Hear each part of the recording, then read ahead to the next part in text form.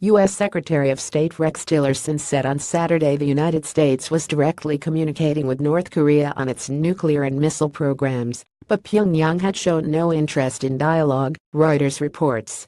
The disclosure came during a trip to China and represents the first time he has spoken to such an extent about U.S. outreach to North Korea over its pursuit of a nuclear-tipped intercontinental ballistic missile.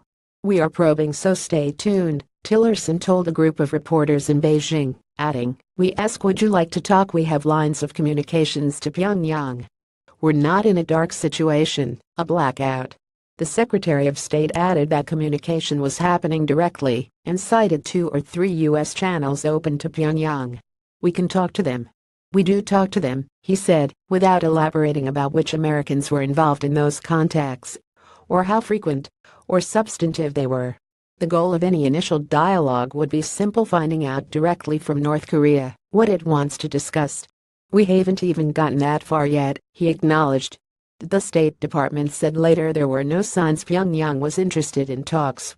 North Korean officials have shown no indication that they are interested in or are ready for talks regarding denuclearization, Department spokeswoman Heather Nauert said in a statement quoted by Reuters.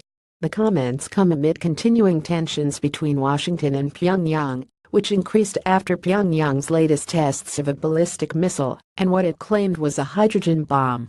In his speech recently before the UN General Assembly, President Donald Trump nicknamed North Korean leader Kim Jong-un Rocket Man and said he is on suicide mission for himself and for his regime.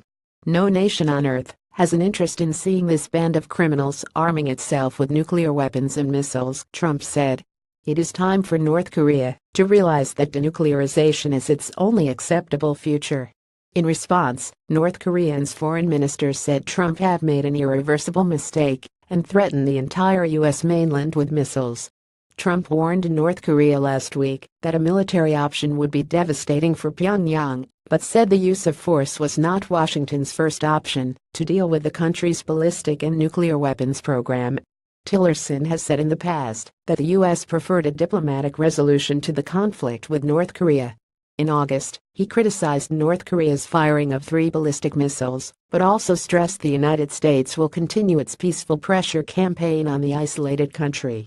The Secretary of State in March suggested the United States would only engage North Korea in negotiations once it gave up nuclear weapons, but he acknowledged on Saturday that denuclearization would be an incremental process.